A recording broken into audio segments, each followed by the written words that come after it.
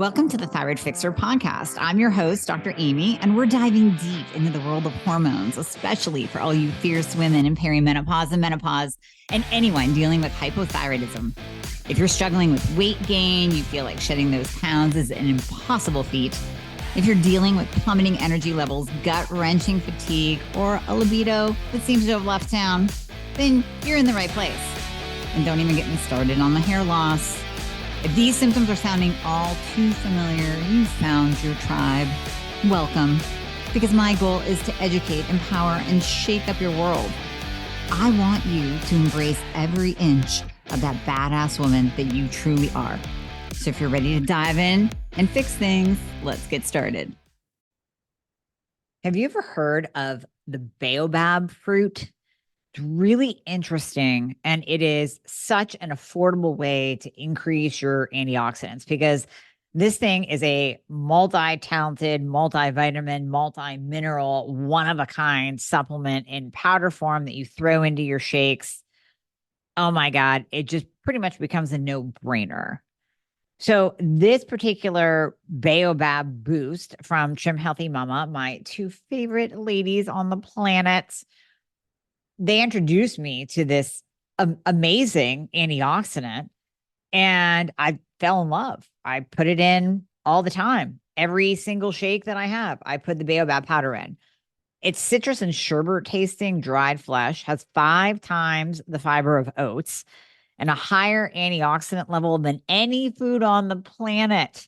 That's 8 times that of the superberry acai and more than blueberries and pomegranates combined. So quit eating all the sugar and just use organic baobab fruit pulp. It's that easy. Because Trim Healthy Mama, they put that into a nice powder. Like I said, I just scoop it right out, throw it into my shake. Oh my gosh, it reduces inflammation. It helps with weight loss. And the other really interesting thing about it is it's kind of working as an appetite suppressant. Now, I know it's not touted for that, but when you put it in your shake, especially first thing in the morning, throw that into a nice protein shake, you'll notice that your appetite is definitely curbed. So now I'm thinking of this perfect stack to replace or supplement those GLPs out there on the market. What if we did baobab and metabolism fixer together? That would be crazy at controlling your appetite. And with the baobab, you're getting all those antioxidants. It's amazing. And this powder is so affordable. It is so affordable.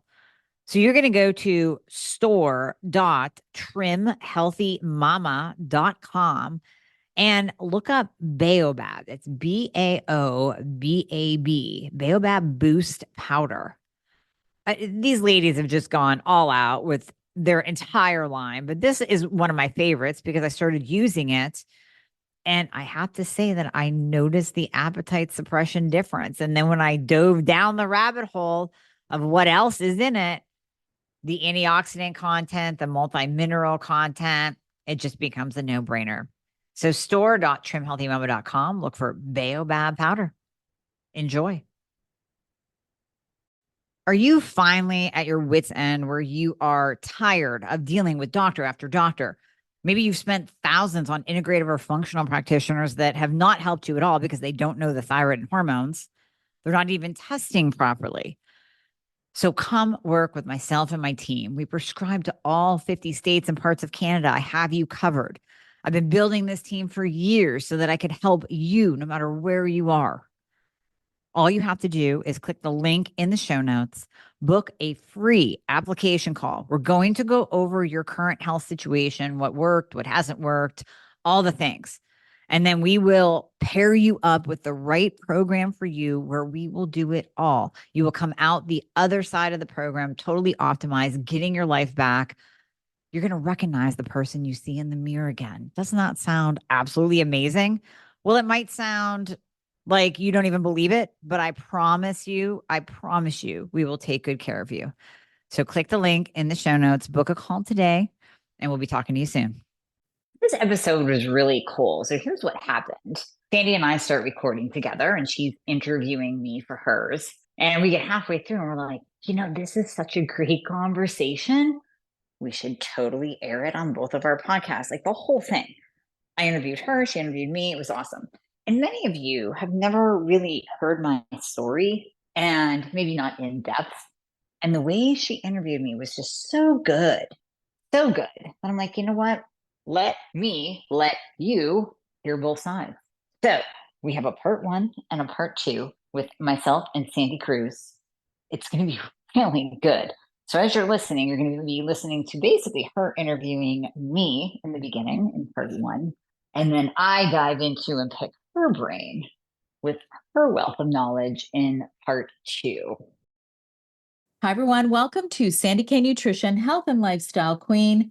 Today with me, I have a special guest. Her name is Dr. Amy Horniman, and she hosts the top-rated podcast in medicine and alternative health, the Thyroid Fixxr, with listeners all over the globe. She is the founder of the Institute for Thyroid and Hormone Optimization, an organization with transformational proven approaches to addressing thyroid dysfunction and supporting people in their returning to full health. Dr. Amy is also the creator of the Fixxr supplement line, which I can't wait to talk about that, which offers revolutionary proprietary supplements that are changing many people's lives. Dr. Amy is a woman on a mission to optimize thyroid patients worldwide and give them their lives back. And today we're going to talk all about thyroid optimization from a functional perspective. And it's very different from a Western medicine approach. And everybody who's listening, you guys know how much I love to talk thyroid. So with that, welcome, Dr. Amy. Thank you for coming. Hey, Sandy. My pleasure for being here. My pleasure. Yeah. So of course, I'm going to ask you, why are you so passionate about thyroid health?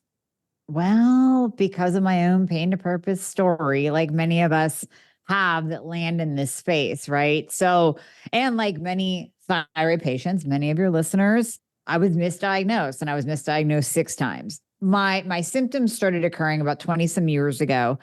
And at that time, I was getting ready for a bodybuilding competition. And I was doing figures. I was on the feminine side, but you still had to prepare by pretty strict dieting, fish, chicken, broccoli, asparagus. You're going to the gym once, if not twice a day, really with the goal to get your body into a lean, athletic, but yet, shapely and muscular, low body fat state. And then you step on stage in a bikini, which actually, when I say it out loud, sounds a little bit crazy, probably is. But I really liked the challenge back then. I really liked that challenge of getting my body into that particular state and then competing.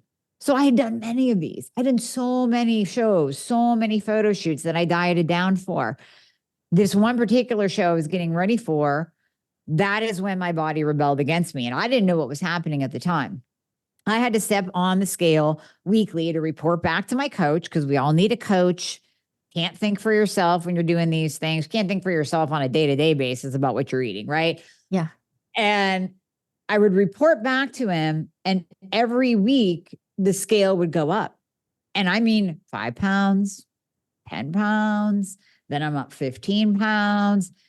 And I didn't know what was happening. Like I'm blaming myself. I'm thinking maybe I'm eating too much. Maybe I need to work out more. And then you start taking this judgment thing on. Like everybody at the gym is judging me. Oh my God, they're looking at me thinking, oh, she must be eating the donuts. Maybe my coach is thinking I'm not even following his plan. I'm totally going off the rails. When in reality, I was doing everything and then some.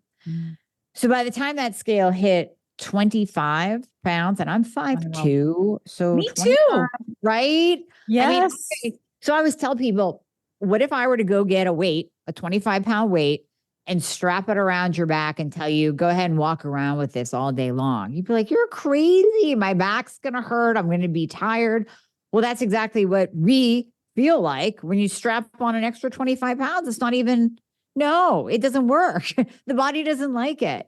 And my body was literally rebelling against me. There was nothing I could do to stop the weight from coming on. Nothing. So what I did do is what we all do. I went to my doctor and I went to my doc and I said, listen, doc, here's what's happening. Oh, by the way, I'm really tired and my back hurts too, and my hair's falling out. Can you tell me what's going on with me? He says, you're normal. Everything's fine. And Sandy, I wish so badly I could go back and see the labs that he ran on me, because I guarantee you it was TSH and free T4, right? There's no way he ran all the labs. No way. So, I did the whole second opinion thing. I left there and I was frustrated, but not hopeless yet. So I went and I said, okay, I'm going to get a second opinion. I went to doctor number 2 and I was told it's all in your head. So then I left there and went to doctor number 3 and then 4 and then 5 and then 6. Doctor number 6 actually touched my throat and said, swallow. I was the first doctor to lay hands on my thyroid gland. And she says, well, you have a goiter. I'm feeling something in there. We're going to get an ultrasound done. But to me, it appears as if you have Hashimoto's. Here's a pill. And I was excited. I left her office. I'm like, thank God somebody's finally telling me what's going on. Now I have a diagnosis. Now I have a name for it and I have a pill for it and everything's going to be fine. And then I gave it 5 months and it wasn't fine. And I didn't lose a pound and I didn't feel better and my hair wasn't growing back. Everything was just continuing down the downward spiral, along with my mood, my frustration, self-blame, self-loathing definitely came on. I would cry in my car. I would pray for a different answer. And then sure enough, I kept hearing the name of this functional medicine guy. And when you hear the name of somebody a couple different times, like 3 times, right? It's God, it's the universe, whatever your belief system is, telling you and speaking to you. And you kind of pause and you go, okay, I will listen. I've heard this name 3 times. Now I will go. So I went to see this functional medicine practitioner. And actually back then, we didn't even use the term functional. I want to say it was integrative. It was naturopathic. So he was a naturopathic doctor and he had his pharmacy degree. He was an alternative practitioner. He had all these degrees. The most important thing is he sat down with me for 90 minutes. And that was 5 million times longer than any conventional doctor had ever spent with me, right? You go into conventional medicine, it's a 5 to 7 minute visit, and then you're out the door. So he spent 90 minutes. He went over my labs. He drew labs for everything. I had 10 vials of blood coming out of me, sat down with all my labs, painted this picture and said, oh, look, this is low over here and this is high over there. And this is what it means. And I know it's still in the standard lab value range, but because of this and because of that, and because of your symptom, here's what's going on with you. And here's what we're going to do to fix it. So we're going to change your thyroid medication. I was given, of course, T4 only, which doesn't work. It doesn't work. So then he put me on Armour and he added a little bit of T3 and he changed my supplements, and my nutrition was okay because I was on point with that. And that's what I was telling all the doctors. Listen, I got the nutrition part down. It's everything else that's going on in my body that no one could figure out. And he fixed me. Yeah. And from that point on, I became his apprentice. He was my mentor. I changed careers, went back multiple years of school after that. And here I am helping other people because it needs to be done. It needs to, people need help and they need real answers. And my God, if I would have stopped at doctor number 4 or doctor number 5, which is a really decent amount of doctors telling you the same thing, that most people would be like, they've got to be right. They're doctors, 5 of them telling me I'm fine. I've got to be normal. I've got to be fine then. But I wasn't. And that's the message that I want to send out to everyone, that you absolutely can get optimized and you can get fixed, and don't ever give up. And you just got to keep plugging away until someone gives you an answer. Yeah. Everything that you said just there, I can relate to so much, like everything, and I think it's difficult when you keep going back. 'Cause how it is, you keep going back, you keep telling the story. And I can remember exactly how I felt. And I align so much with you. And it was, for me, it was different order, For me, it was after I had my thyroid completely removed, and I was told that I would be healthy and normal and fine just by taking that T4 only, and everything would be exactly the same. So I think it's really important to outline because I don't think people understand. I remember when I was diagnosed with thyroid cancer, this was in 2011, I actually didn't even know how important my thyroid was. I was like, okay, I know it's something in my neck. I think a lot of people don't realize how crucially important this little gland is. So maybe if you could outline why we should care, everyone should care. Yes, absolutely. Doctors should care more and pay more attention that it is the master gland. So your thyroid is the master gland of your body. It runs the show. I mean, it controls your metabolism. It controls your GI motility and dictates whether or not you poop every day. It controls your brain function, your heart rate, your blood pressure, your body temperature. It literally controls your entire body. So why wouldn't we focus on it first? Why wouldn't we? But we don't in conventional medicine. Instead, mainly women are hit with hypothyroidism. So I don't want to just rule out the men, but I'll say a woman will go in to her doctor and she'll give the laundry list of symptoms that is hypothyroidism, and she'll get an antidepressant. Yep. A sleeping pill, Yeah. a PPI, a statin. I mean, she'll get all the Band-Aid, maybe even some birth control. And it doesn't matter if you're menopausal, here's some birth control, right? We'll get every Band-Aid medication under the sun instead of focusing on the master gland. And I'll just say one other thing. I gave a talk to a group of integrative wellness physicians years ago. And the talk was basically to educate them on the thyroid, because even though they were integrative, they really didn't know the thyroid. They came from conventional medicine, entered into this integrative practice, and they were still learning. So I was in there talking about all the different tests that should be run and the importance of reverse T3. And then I moved over to, why are we in the synthroid box, as I call it, the T4 only box? Why are we in this box? I said, if somebody comes in and they're depressed, you'll give them an antidepressant. If that one doesn't work, you'll give them another one. If that one doesn't work, you'll give them another one. Then you'll stack on an antipsychotic, maybe an anti-anxiety. Let's throw in a benzo and a sleeping pill for this person. But you won't use anything more than one medication for thyroid. And there are plenty. And the thyroid is nuanced, and we can combine and we can change ratios and we can go T3 only. And there's so many things that we can do to optimize someone where they wouldn't need all those Band-Aids. The one doc raises his hand and goes, that's all we've learned. Yeah. So that's what you're dealing with when you go to conventional medicine doctor after conventional medicine doctor. You're dealing with what they have learned, and we can't expect them to do anything different if that's all that they know. Yeah. I mean, that's just so perfectly put. And I'm always of the thought that thyroid health it's one of those foundational things. You gotta look there because it is that thermostat. So it controls everything about your life. Technically, if you were to look at, are you happy? Are you sad? Are you hot? Are you cold? Are you angry? Are you right? Are you jittery? Do you have heart palps?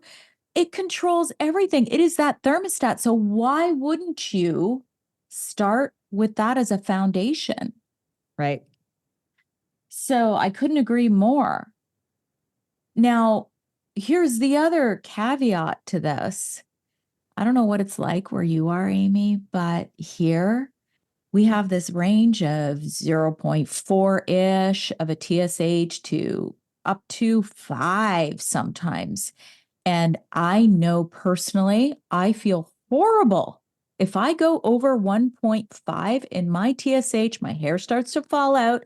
I have what I call lingering symptoms.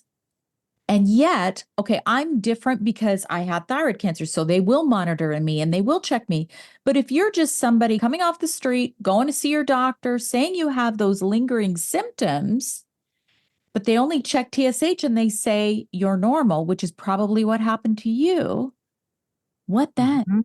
Right. What are the options? Where do you go? Well, that's where you you almost have to move into the functional medicine space, because in functional medicine, we take those standard lab value ranges. So we'll take TSH, since you mentioned that. Yeah, here in the United States, it goes up to a 4.5. It used to go up to a 6, and then it used to go up to a 10 way back in the day. We've got it knocked down now to a 4.5, but in functional medicine, we want it less than a 2.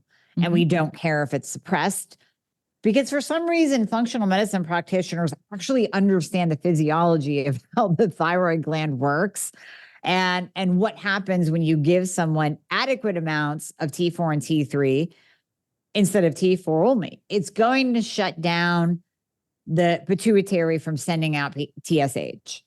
That's what happens. And when I get questions from patients that are like, well, or not really from patients, if they're a patient, we're doing it all for them. They don't have to worry about getting some BS answer that their TSH is suppressed and they're hyper.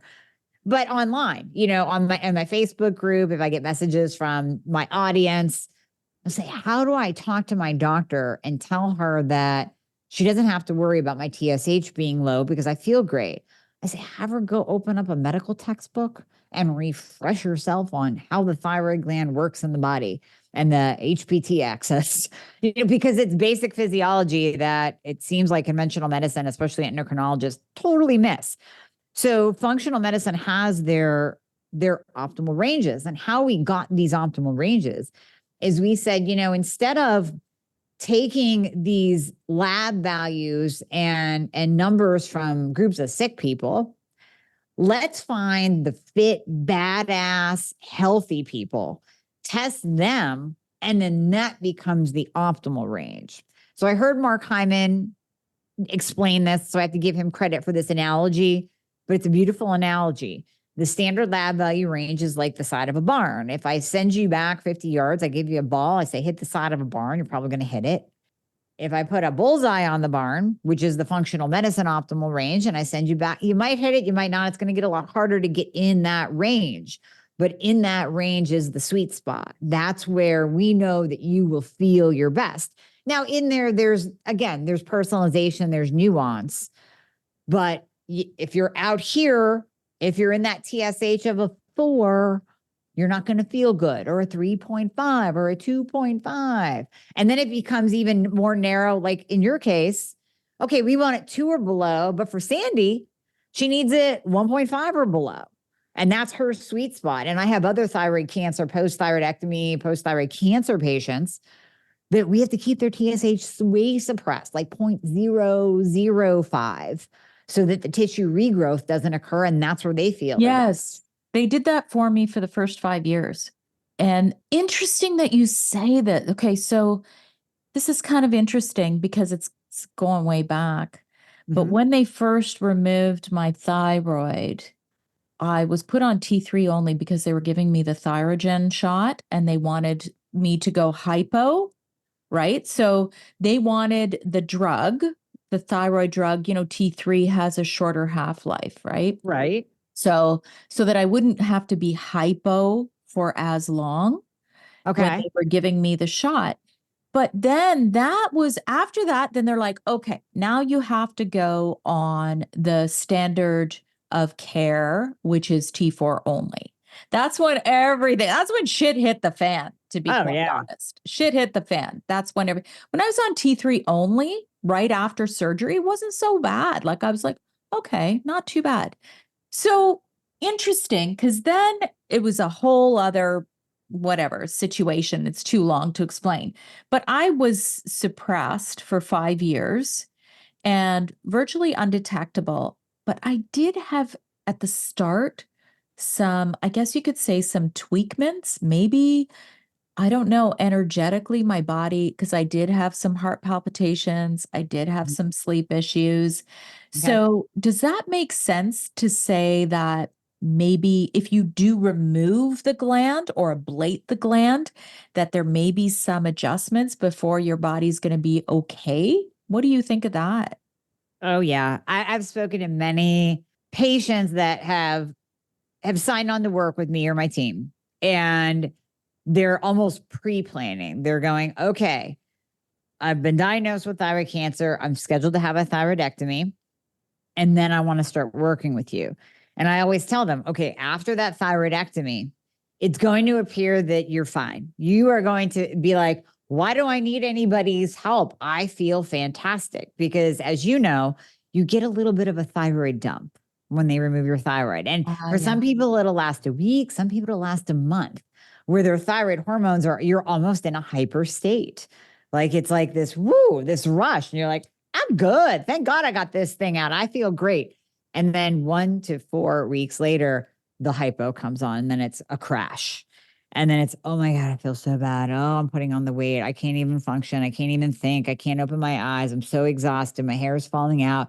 And it's like a switch flipped, and it's horrible. But that's where we have to catch people in those early stages. Okay, maybe week 1, you don't quite need T3 yet, but as those hormones start to decline and go out of your body or get utilized, basically, now we have to start adding in the thyroid hormone replacement. And honestly, and you'll resonate with this, one of the things that pisses me off to no end is when a doctor, when they remove the thyroid gland or they use radioactive iodine, no more thyroid gland left, here's T4.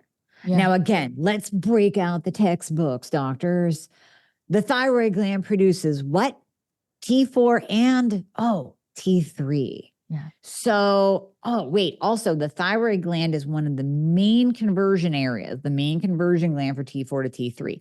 Now, you'll still get some conversion in the gut, the liver, the peripheral tissues. We know that.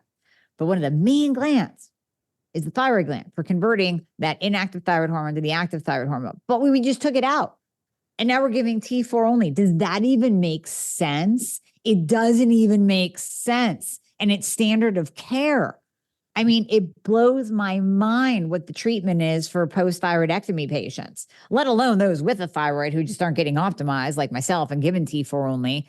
But for you guys without a thyroid, my God, to me, it's borderline malpractice, honestly, because they take an oath to do no harm, and you bet your butt that's going to do harm giving someone T4 only that just had a thyroidectomy. There's definitely a downstream effect that will affect anyone's life when they have their thyroid removed. And it's so interesting because you speak with some people and they're like, oh yeah, I'm hypothyroid, or I had my thyroid removed, or I had this. And they're like, yeah, I'm fine. They don't gain weight. They go on the T4 only and they say they're fine. Like, why? Why is it that, I had to have the complete opposite?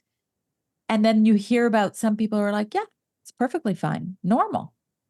Okay, but are they fine? So here's my question, right? So here's a good stat for you to hold on to and use if you haven't heard it. I heard this at A4M. 2% do well on T4 only. 98% need T4 and T3. Here's my argument with the 2%, though. I appreciate those stats because it really kind of drives the point home. Yeah. That we need that blend. We need T4 and T3 or T3 only. But of that 2%, can I interview them? Because I'll tell you a story. I sat next to a woman on a plane, and you start talking, what do you do? What do you do? And I tell her, and she goes, oh yeah, I'm on Synthroid. I'm doing just fine. Except that she was about 50 pounds overweight, and her hair was super thin. So that's when I pause and I'm like, what is fine? It's the person's perception. And sometimes you're sick for so long that becomes the new norm. You feel like that's how life is. I must just be, getting older. So I'm supposed to not have energy, gain 50 pounds and lose my hair. But that's not the case. And that's why you and I are here talking to people about that. But yeah, what is fine? So I wouldn't be too upset because I don't think too many people are fine on T4 only, especially if they don't have a thyroid. That's a very good point, because a lot of people ignore symptoms or they make excuses for symptoms, right? Like, a big part of when I went back to college was symptomatology. And if you're not really paying attention, and just like what you said, you make excuses. You go, oh, I'm getting older. I'm perimenopausal. this is all just normal. So it makes a lot of sense what you're saying. Yeah. But, then there's people like us who like, I want to be dancing on that dance floor until I'm like in my grave. Like Oh, I want yeah. to be vibrant. I want to feel good. And it's all about that health span and being healthy until I'm not here anymore. That's Right. kind of my plan. Right. So there's some cases that are more complicated. And, I have a lot of conversations mostly with women, and they get really complicated. But what I love is when I hear people educating themselves. So, what about if they're on T4, T3, their TSH is a little bit suppressed, they're like at a zero point 0.3, their labs look okay, their T4 might be a little bit higher, T3 might be free. I'm talking about free. Free T3 might be a little bit lower. And then they got a high reverse T3. So, and Yeah. reverse T3 is not even checked in Canada, by the way, just so you I know. know you guys get screwed with that. Totally. It's horrible. How do you end up getting it? Don't you end up like self-ordering? Can you self-order? When I look at my own labs and I see that my free T4 is high and my free T3 is low, I know what I kind of got to do. I got to address a lot of and then I always self-analyze and I go, okay, what's going on? Okay, I'm a stressed out case right now. Yeah. We need to figure this out, Sandy. And so that's where I step back and go, I need to practice what I preach. So I kind of know, but in Canada, we don't check it. So what would somebody do? What would you do with a patient to help them if they still have all of these lingering hypothyroid symptoms? And that's kind of what their labs look like. So first things first, I want to drop the T4.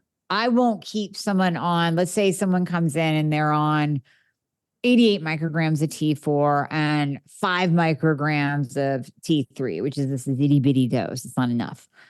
So automatically, let's drop the T4 and increase the T3 because that's going to give us our quick win. That's going to drop that reverse. That's going to bring up the free T3. It's going to help the person feel better with symptoms because we know that that's what we have to do based on how that person is converting their T4 to T3.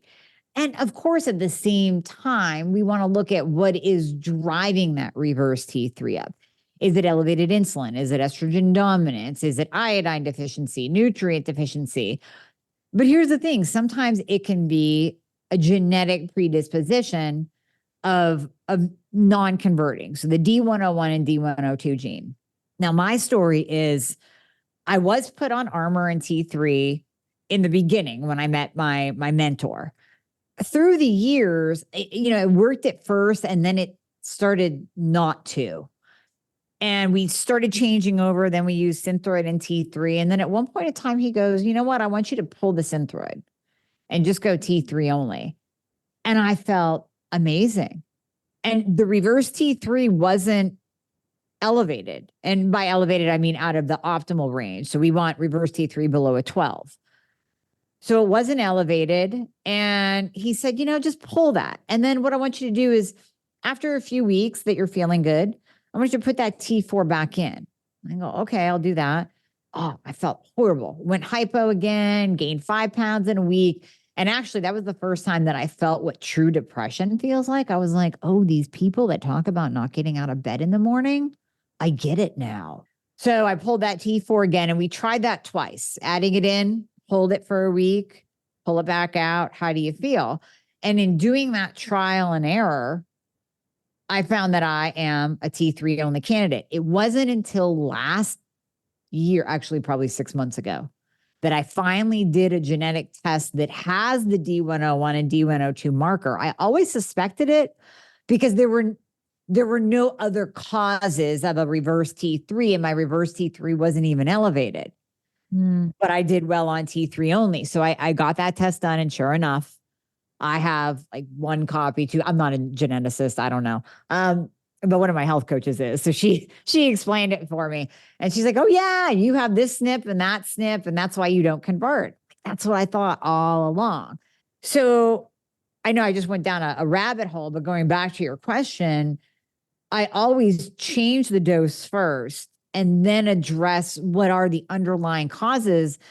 Because if you just spend time addressing, like, okay, well, let's keep you on this same dose with your elevated reverse T3, and let's work on your insulin resistance, and let's add in the nutrient. And that's great to do. But then the person's going to be 3-4 weeks down the road going, hey, you know what? I still feel like garbage. Can we do something here to make me feel better? So we know that they don't convert well with an elevated reverse T3. Let's change up the dose. Okay, did you know that your thyroid uses more minerals than any other organ in your body? So when your mineral stores are high, your thyroid works well, but your thyroid is expensive for your body to maintain. It needs close to a dozen minerals to function. So selenium, zinc, iodine, you've heard me talk about it, magnesium, iron, so much more. So if you're deficient in one mineral, your thyroid gland can get thrown out of balance. And here's the sad part. You're not going to find these minerals in food, no matter how great of a diet you are eating. And you're not going to find them just slamming down salt drinks and taking boatloads of selenium and eating Brazil nuts. It's just not enough. So when we look at the CDC, their latest national nutrition survey found that 97% of Americans are deficient in at least one mineral. So these deficiencies, they're going to mess with your thyroid. They're going to cause autoimmune issues. They're going to cause weight gain. They're going to cause heart problems and, yeah, hair loss. So for those of you grabbing clumps of hair out of your brush and freaking out, could be a mineral thing. But what if you could actually give your body all the minerals it needs in just one shot per day? 30 seconds. That's it. I have learned so much diving into Beam minerals. And I have even learned that taking Beam minerals can help with the uptick of your thyroid medication so that your cells can actually utilize the thyroid med you're taking, the hormones that you're taking. You need to have Beam minerals in your life to operate at a higher level. You don't have to change your lifestyle. You don't have to adopt a whole bunch of new habits. Just take a shot of liquid every morning, throw it in your coffee. It tastes like water. You cannot go wrong with Beam minerals. These are high quality, full spectrum minerals that have every single essential mineral in the right ratios to feed your cells. My patients love it. My audience loves it. I've been using it. My whole family uses it. I give it to my dog. I put it on my plants so that they grow better. Yes, plants will actually grow better when you feed them minerals. So when you think about that, what about your own body? You're going to head to beamminerals.com, BEAMMINERALS.com. Use the code Dr. Amy for 20% off your first order. And then you can just thank me later when you're feeling that much better.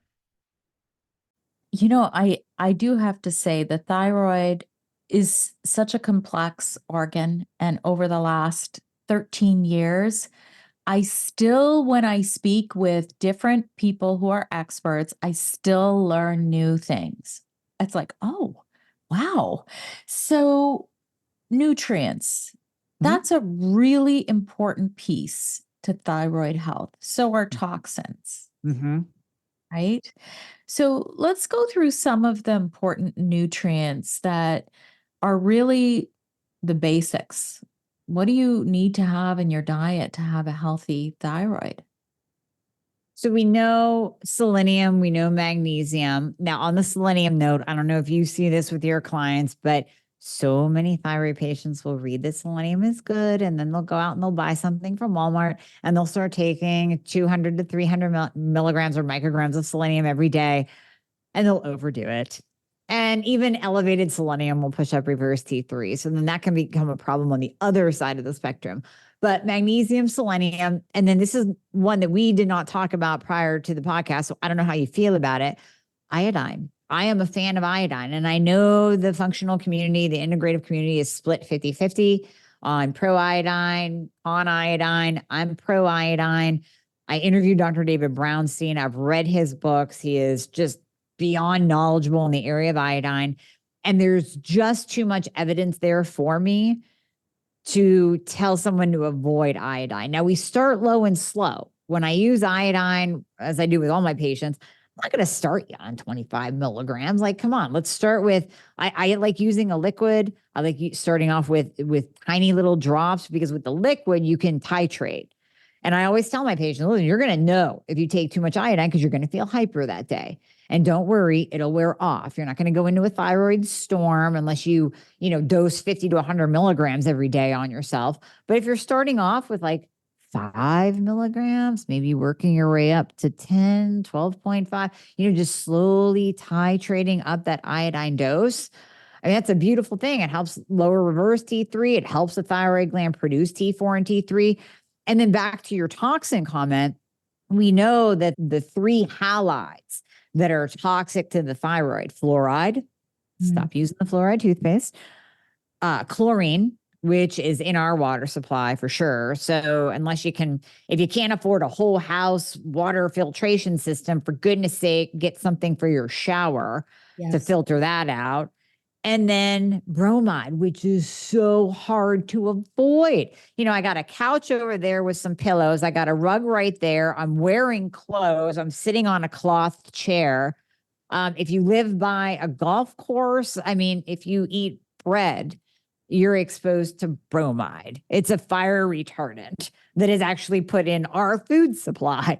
So bromide is incredibly toxic to the thyroid as well. Now, what will happen if we're exposed to these toxic halides, which we all are? The receptor site on the cell for iodine can also accept those 3 toxic halides. So if you don't have enough iodine in your system to attach to that receptor site, what's going to attach to the receptor site? A toxin. So when we have enough iodine in our bodies, that kicks out the toxic halides out of that cell receptor, and the iodine takes its place instead. So iodine is also used as a detox, and rightly so, because it's literally protecting our thyroid against those toxic halides. Yeah, I definitely align more with you. One thing we do know is that too much iodine can exacerbate thyroid. Yeah. Yep. Exactly. I remember so long ago, Amy, I was working with a practitioner and we did an iodine loading protocol. And this was before I went back to college. I'm like, because what happened, I had thyroid cancer and I also had a breast tumor at the same time. So I did the biopsy, the core biopsy, and that was 1 month before I had my thyroid removed. So some might say, oh, completely unrelatable. I personally know myself, I know my own body, that it was definitely relatable. And, I had a practitioner who I was working with at that time, and she would say to paint the Lugol's on the sore fibrocystic side, because it was a fibroadenoma. It was not cancerous. Yeah. And anyway, so I think iodine is definitely a crucial nutrient, not just for the thyroid. I mean, I don't have the gland anymore, but I still make sure I get enough iodine. It's good for the brain, good for your breasts. Like I think I would definitely align with you on that. How much of the standard American diet has, unless you're taking in a ton of iodized salt, which actually everybody's now sea salt. And isn't sea salt lower? It is, but even the iodized salt isn't the right kind. So it's not like you're missing out by using like Redmond's real salt or sea salt or anything like that. You really do need to supplement with iodine. When the government started putting iodized salt out to help with goiter, it did help a little bit. But what we're finding in actually studying what the body needs for iodine, needs potassium iodine, iodide. And to your point about the breast, oh my gosh, fibrocystic breast disease responds so well to iodine, as do fibroids, uterine fibroids, hair, all the symptoms of hypothyroidism can be helped. Maybe not eliminated. I don't want to go so far as to say, just take iodine and you don't need your thyroid medication. No. but they can definitely help. Like I'll start patients on iodine as we're starting them on that optimization journey in the beginning. And I mean, it's not linear. People will get better and they're like, oh, there's my hypo symptoms again. So giving them that little bit of iodine, sometimes we'll hear within days like, oh my gosh, I feel like myself again. My brain's lighting up and I have more energy. So just from that alone. So it definitely helps. But to your point, you have to be careful of the dose. So yeah, what happened to you when you did the loading? I forget, I think I got up to 50 drops, Okay. something, and it was the Lugol's. Yep. Yep. And then, That's and a then, lot. That's a lot yeah, of drops. high. And then, I don't recall feeling anything major either way. Okay. I don't recall feeling anything major either way. And then we kind of went down to just a standardized 10 drops every day. And Right. now at this point in my life, I'm 54 and right in the very, very late stages of perimenopause. Okay. I still take iodine, even though I don't have the gland. I still take it a few times a week in a little bit of water, a couple drops, just to ensure that I don't become deficient. Because I often wonder, like people don't realize how poorly sourced our food is. And even though I'm very cognizant of that and careful, Mm-hmm. I think when people say, oh, well, I eat healthy, I don't need supplements, I'm like, you Uh, probably do. yeah. You might be able to get by until you're about 40, 35, 40, and Right. then you're going to see symptoms of something. And now we're seeing younger and younger women and men with issues, right? Like it's getting worse. It's getting worse. It really is. And is it the toxin? I mean, I think it's a combination. It's the increased amount of toxins that we're exposed to, the increased chemicals that we're using. I shared before we jumped on here that now I'm living in Iowa. Now I live in kind of a wooded zone of Iowa, but I mean, you drive anywhere and you see fields and fields and fields of gold, like corn crops and soybean crops and all of that. And what they spray on those crops is horrendous. I mean, yeah, you have the glyphosate, but then you have a boatload of other chemicals. And I hear the farmers around here talking about their Roundup Ready seed, like GMO, Monsanto, all day long. Like that's what you're eating. That's what you're putting in your body. And then we have all the xenoestrogens that women, teens are being exposed to. And then we wonder why are girls getting their period at the age of 9? Well, yeah, we're actually speeding up their aging process. We're kicking them into puberty early, and that's going to equal a boatload of other diseases down the road because the body wasn't supposed to go into puberty at the age of 9. It's Yeah. the hormones that we're being exposed to in our environment that is causing that. So, yeah, I agree with you. I mean, we're already seeing it now. Way more autoimmune, way more thyroid problems, way more hormonal issues than ever before. And I think it's only going to get worse. Yeah. And allergies, right? Then there's like Mhm. the allergies are insane. Like I remember growing up, I'm like, I never heard of anybody being allergic to peanuts. Like what? And Mhm. my daughter's anaphylactic to peanuts. So she also had eczema at birth. So all of these things are like telltale signs Yeah. of these issues. Yeah.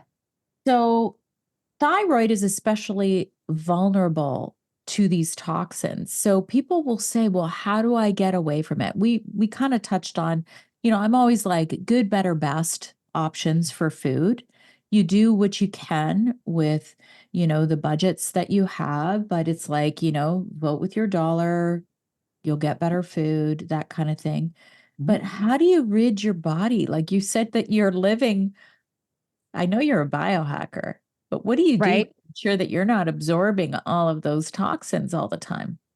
I mean, you do your best. I mean, I'm very, very public and open about not being perfect because I think that's important for our audience to know. And I respect the people like Brian Johnson who have trillions of dollars to spend on biohacking equipment, but most people don't.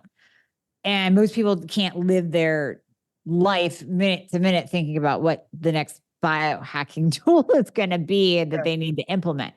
So will I use iodine? Yes. I have a sauna. Yes. Finally got one this year. So I use that for detox as well. Do hot yoga in there, just sit in the sauna. Exercise, obviously daily, just for circulation and all that. And I do my best. Yes, I buy organic fruits and vegetables. We buy a cow from a farmer that says that he doesn't use hormones and whatnot. So I have to take him at his word, whatever. You do your best, but am I 100% perfect? No, no, I'm not. There are certain shampoos that I like that have parabens, but they really do well on my hair. There's a concealer from MAC that I like. I mean, I'm not going to go crazy trying to protect myself at 100%.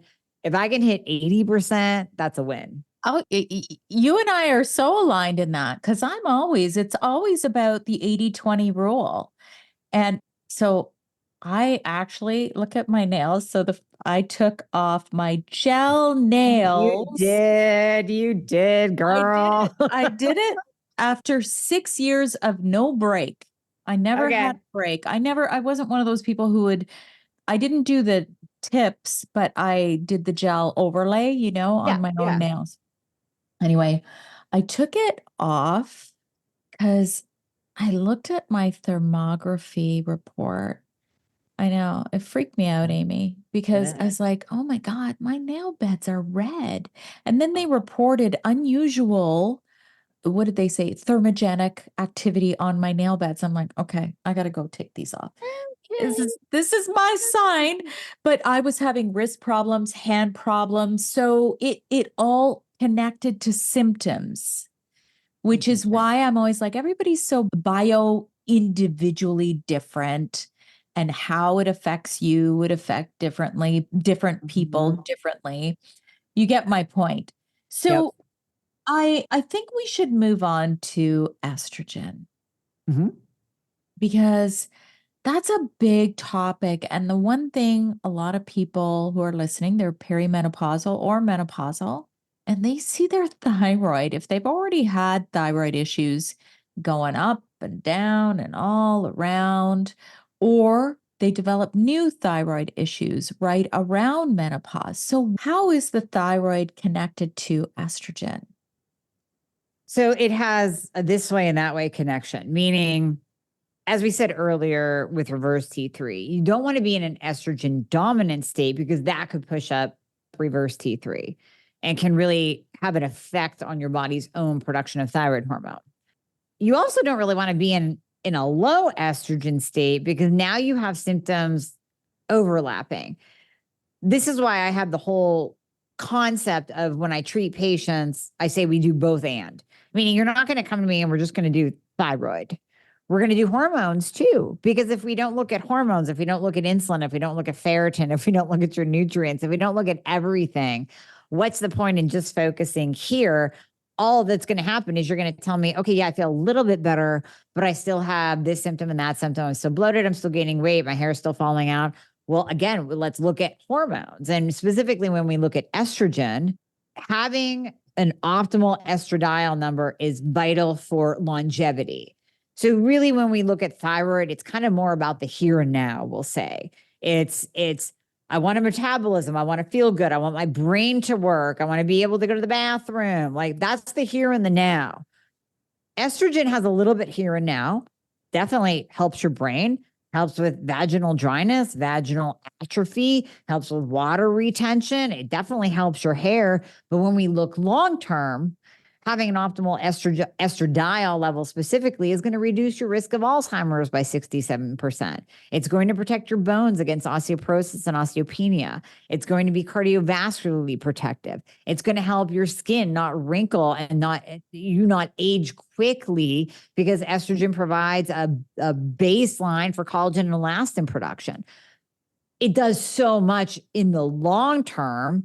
That's your bone, brain, breast, and heart protection with estradiol. Now, the other hormones come in and help with that too. If we looked at the benefits of progesterone, the benefits of testosterone, they're going to cross over with estradiol as well. And all those are going to cross over with thyroid. So we have to do everything at the same time. There are huge, huge benefits to optimizing the thyroid, tremendous benefits to optimizing thyroid and hormones together. It's so funny because until my estrogen really started to drop, I was coasting along, Amy. I was feeling good. I was like, this is good. And then when estrogen dropped, it was just a kind of a shit show of symptoms. And that included rapid weight gain. It included my HbA1c went up to 6.1 in a matter of, I think it was 6 months. So I think it was, I just looked at this, February of 2022, my HbA1c was 5.5. October 2022, I started to get some hot flashes. I'm like, oh, is this menopause? And then at the same time, my HbA1c was 6.1. So it's like and then, the rapid weight gain, it was like everything, it was like a storm. And I'm like, is it thyroid? Is it menopause? What is it? And, the symptoms, like you said, can absolutely cross over, especially if you know you have thyroid disease, or if you're chronically hypothyroid, like you would be if you don't have a thyroid gland. Mm-hmm. So I love that you said you start testing everything, because all the hormones are the symphony and they got to work together. So, okay, what would you do with a patient like that who all of a sudden started to get menopausal symptoms, like estrogen completely crashes? Like, what do you do? Where do you even begin? Let's bring in the bioidentical hormones. Yeah. They're a beautiful thing. Let's replace those hormones that are no longer being properly made. Because here's the thing, we now know enough evidence is out, even in the fake news world, right? Not just the functional world, but in the actual Wall Street Journal world, that, hey, it turns out that study that was done, that Women's Health Initiative study that scared the bejesus out of every doctor and woman, and everybody got their hormones ripped out of their hands. Yeah, we were wrong. Yeah. And now the authors of the study are coming out, tail between their legs, going, yeah, so, we probably didn't do that really well. So, you can use your hormones again, ladies. We now know that hormones are safe. We've known that forever. The general population needed to hear that from the authors of the WHI that ruined hormones for everyone so many years ago. So now we know that hormones are safe. And we also, when we look at the animal population, we know that animals will basically start their decline when they can't reproduce anymore. I mean, that's when disease state starts coming on. And it's no different for us. Hormones give us life and hormones protect us. Just like I said about estradiol, 67% reduction in Alzheimer's. So now we can use bioidentical, meaning identical to what your body made when you were 20 years old. We can use hormones that are damn near identical to that to support your body and allow you to age truly gracefully and have you be an amazing badass into your 70s, 80s, 90s, and you're feeling fantastic. So why not use them? We have them. Why not use them? I often wonder, because I ended up having, that was a whole other, I guess, detour, because I went and became a certified metabolic balance coach, lost 4% total body fat, had to make changes, not to technically really what I ate, but it was more how I ate. And you're going to find this really interesting, because we were talking about biohacking. All of this happened while I was intermittent fasting. So this is the I'm thing. not surprised. Right. But this is what I mean. Like, so I call it the maniverse, Amy, because woman to woman, we know that a lot of the things that these big names in podcasting and the biohacking world and the wellness world, these men that they talk about, they're not based on women. Mm-hmm. Yeah. Yeah, So I know. I agree. I love Mindy Peltz with her, fast like a girl, her whole concept of fasting. But outside of her, honestly, I tell women like, please don't listen to other influencers tell you to fast because you're going to tank your hormones. And I was just at an event with Ben Greenfield. I've been on his show, but we were talking about that intermittent fasting thing. And he even came out and said, yeah, this whole intermittent fasting thing, it's ended up, tanking people's thyroid and tanking their metabolism. And I really don't like women to go over, 12, maybe 14 hours in a day. Like, yeah, thank you. You're the first dude that has come out and said that. Like, thank God somebody is saying that to these women. yeah, I had a feeling you would align with that. Mm-hmm. So tanking the thyroid, I don't know if there's enough research on this, but here's just a thought. Because I was actually just posting about this recently about how everyone and their mother's going on Ozempic. Oh, God. Yep. Uh-huh. So I wonder, because I'm like, listen, it's like we live in this world of easy. Let's take the easy way out. And I'm not saying there's not a place for it. There absolutely is a place for it. But you're seeing a lot of these celebrities who might be like 5 pounds heavier than they should be, or they feel comfortable at. They go on Wegovy or whatever, Ozempic, whatever the brand name is. And then they get so skinny, they're not eating. So, what does that do to the thyroid when they get off of those drugs? Yeah. So I think, the more we have these drugs in play, and I call them the Beverly Hills soccer mom drug of choice for weight loss, because so many women are abusing it totally. Here's the thing. Here's the side note: is they are amazing medications for those who are obese, who Yeah. have type 2 diabetes, who have maybe even, some of my patients have 50 to 100 pounds to lose, and it's going really slow, or they hit a plateau, and just when we balance out 50 to 100 extra pounds on the body and the detriment that can do versus the side effects of the weight loss drugs, we'll take the weight loss drugs and we'll go low and slow so we can get that weight off and make them healthier. People who have 10 to 15 pounds to lose that are using this, and we're seeing more and more come out. So now we know it does burn muscle. It burns the fat off of your face. There's such thing as Mounjaro face. Yeah. And I played around with it. When it first came out, I experimented because I like experimenting on myself so I can bring it back to my people. Yeah. And I had to get fat put back into my face because I look like Skeletor. I lost all the fat like right here below my cheeks and I became sunken in. Now I do see women that now I caught this long before I started losing muscle, but I started seeing the signs. It was right after Peter Attia came out. It was like, you know what? There's lean muscle mass with this stuff. I'm like, no. And then I'm like, oh, there's my mother's arms because I'm losing muscle and I'm seeing like my skin gather. Yeah.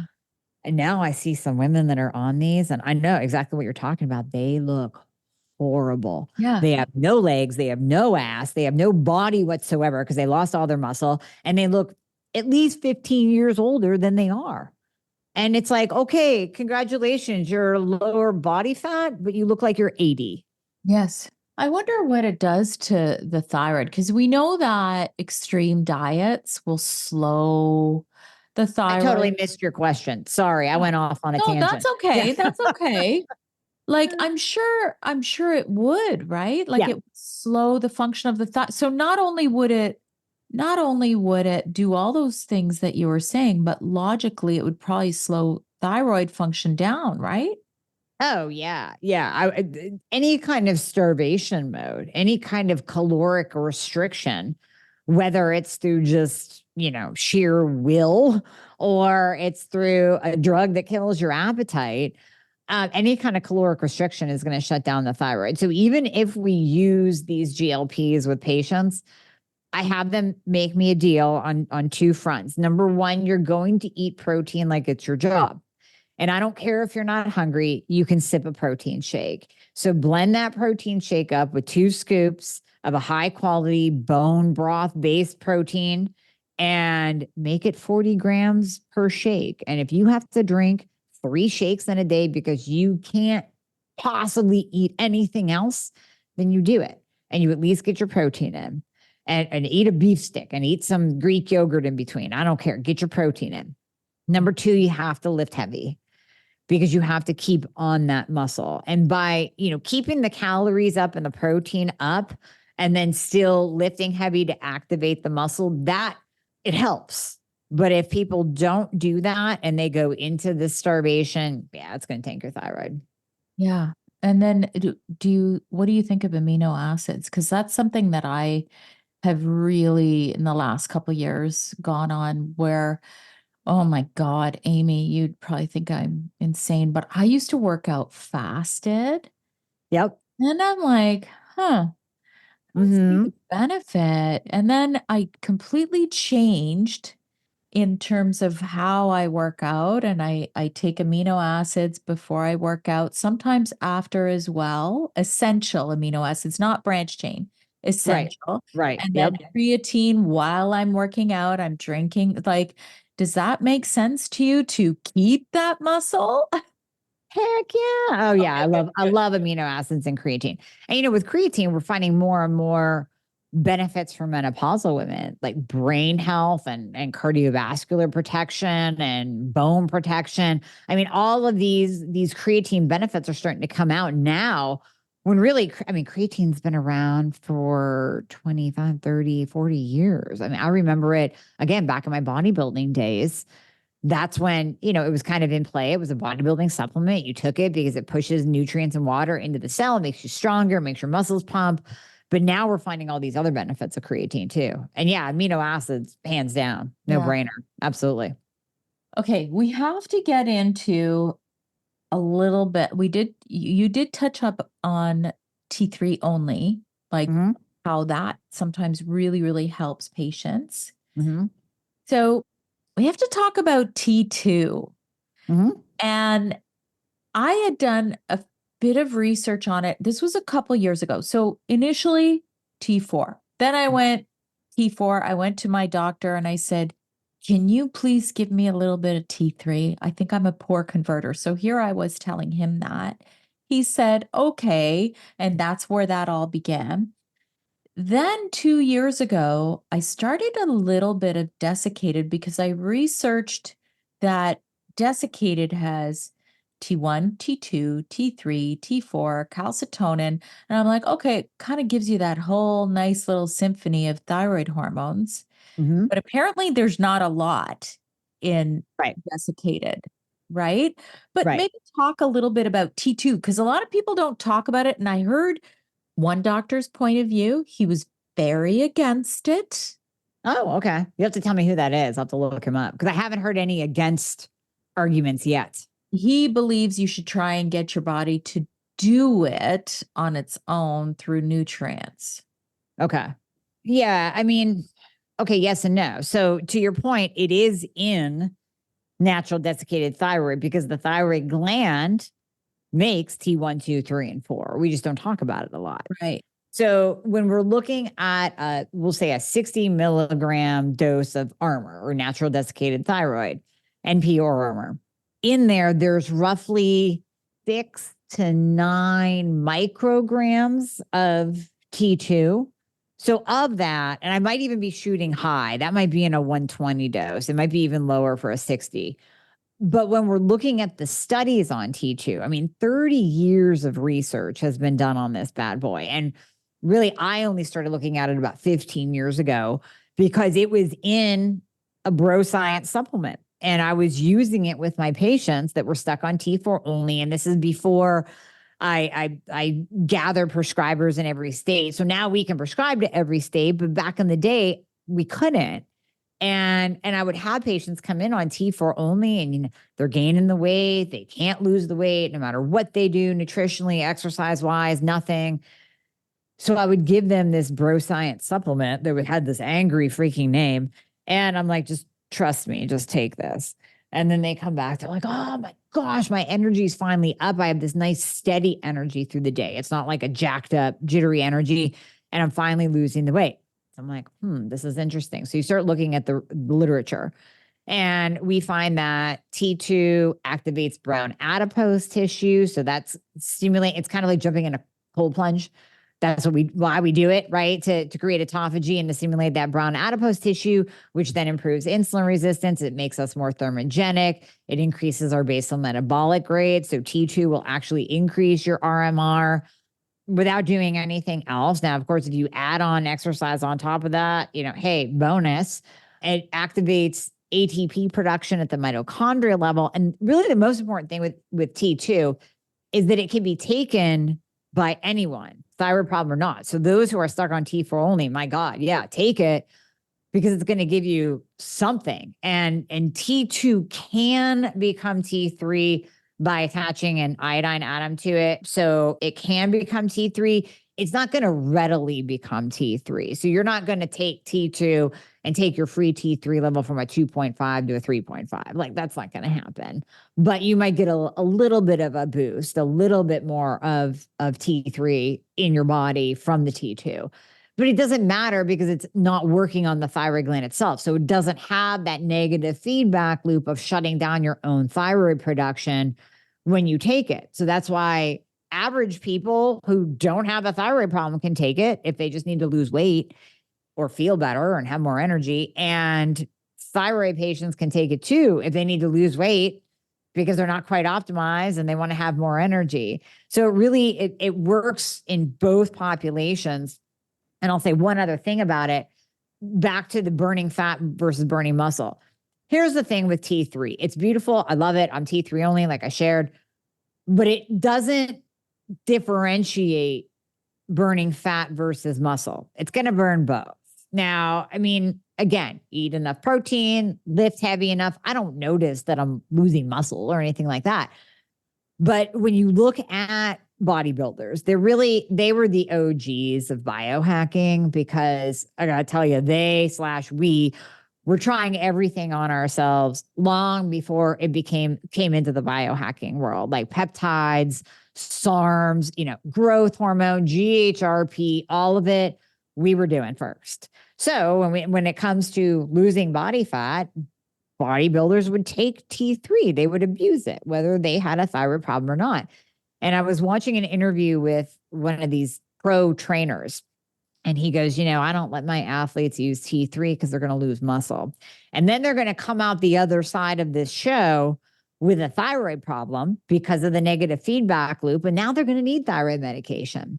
Because I use T2 because it only burns body fat. It leaves their muscle alone and it doesn't create a thyroid problem. I was like, yay, good job, dude. Thank you for putting that out there, because I've been using it with my ladies too. And it's been a miracle. So finally, 15 years later, I formulated it myself and put it in a non-angry bro science product. So now it's in my Thyroid Fixxr and my Metabolism Fixxr.